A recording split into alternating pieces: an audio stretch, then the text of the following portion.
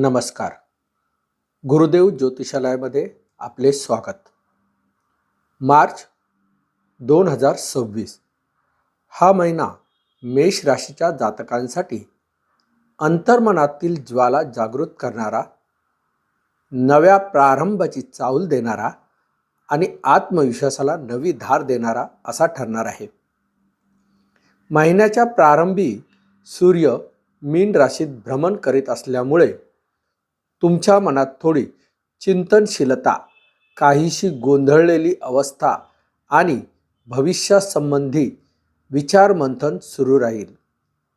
जणू काही आत्तापर्यंत केलेल्या परिश्रमांचे मोजमाप तुम्ही स्वतःच करत आहात.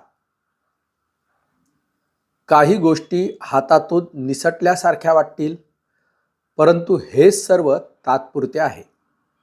कारण 14 मार्च नंतर सूर्य तुमच्या स्वतःच्या राशीत प्रवेश करेल आणि त्या क्षणापासून तुमच्या जीवनात नव्या तेजाचा उदय होईल.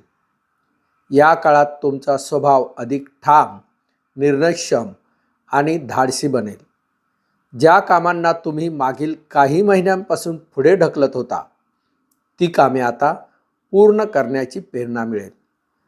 करिअरच्या दृष्टीने पाहता महिन्याच्या पहिल्या 15 आठवड्यात संयम बाळगणे अत्यावश्यक आहे. वरिष्ठांशी मतभेद टाळा. तुमच्या कल्पना योग्य असल्या तरी त्या मांडण्याची पद्धत सौम्य ठेवा. 15 मार्च नंतर मात्र परिस्थिती तुमच्या बाजूने वळेल. नवीन प्रकल्प, बढती किंवा जबाबदारीची संधी मिळू शकते. सरकारी क्षेत्रातील व्यक्तींना विशेष लाभाचे संकेत आहेत. व्यवसाय करणाऱ्या मेष राशीच्या व्यक्तींनी या महिन्यात जोखीम विचारपूर्वक घ्यावी. सुरुवातीला थोडी मंदी जाणवेल, परंतु महिन्याच्या उत्तरार्धात अचानक मोठी ऑर्डर किंवा आर्थिक लाभ मिळू शकतो. भागीदारीत काम करत असाल तर पारदर्शकता ठेवा.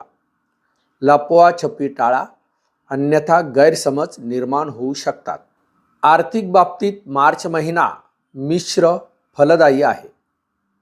उत्पन्नाचे नवीन स्रोत निर्माण होण्याची शक्यता आहे, परंतु खर्चही त्याच प्रमाणात वाढू शकतो.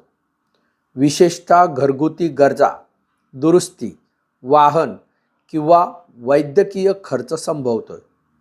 त्यामुळे गुंतवणूक करताना घाई करू नका.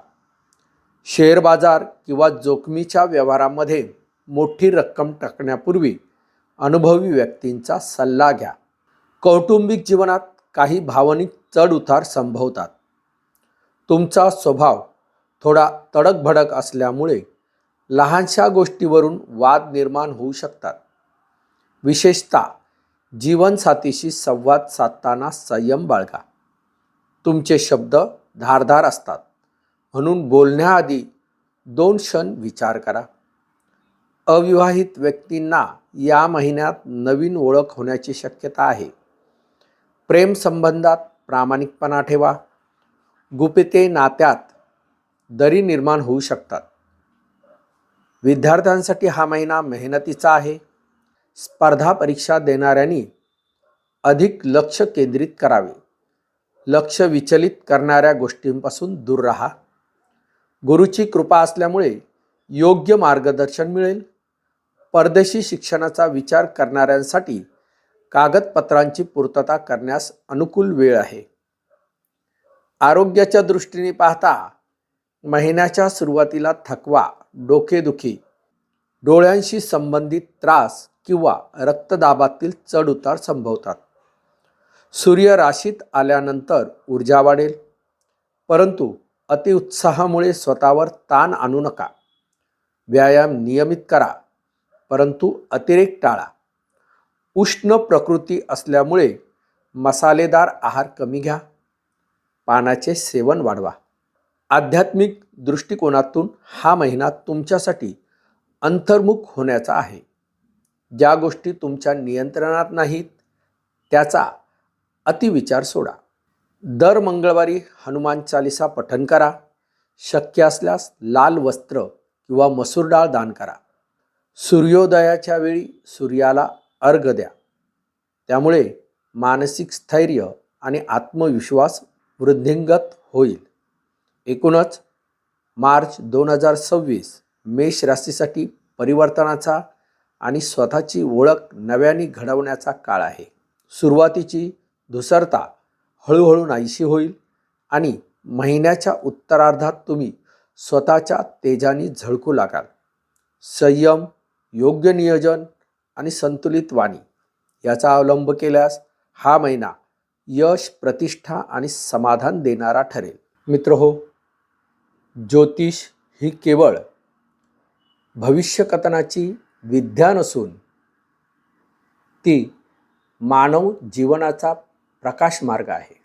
ग्रह नक्षत्रांच्या सूक्ष्म हालचालीमध्ये परमेश्वराची योजना दडलेली असते आणि त्या दैवी संकेतांचे आकलन करून मानवाला योग्य दिशा देणे हाच आमचा प्रयत्न असतो.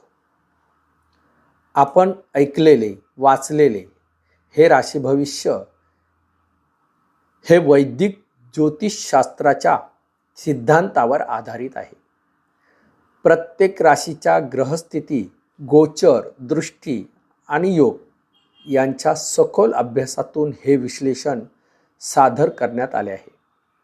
तरीही प्रत्येक व्यक्तींची जन्मकुंडली वेगळी असते, म्हणून वैयक्तिक अचूक मार्गदर्शनासाठी आपल्या पत्रिकेचा स्वतंत्र अभ्यास आवश्यक असतो. आपल्या जीवनात सुख, समृद्धी, आरोग्य आणि आध्यात्मिक प्रगती लाभो हीच परमेश्वर चरणी प्रार्थना. पुन्हा भेटूया पुढील राशी विश्लेषणात नव्या ग्रह संयोगासह, नव्या संदेशासह. श्री गुरुदेव ज्योतिषालय आपल्या सेवेत सदैव तत्पर. जर आपल्याला आपले ज्योतिष जाणून घ्यायचे असेल तर आमच्याशी खालील नंबरवर संपर्क साधा.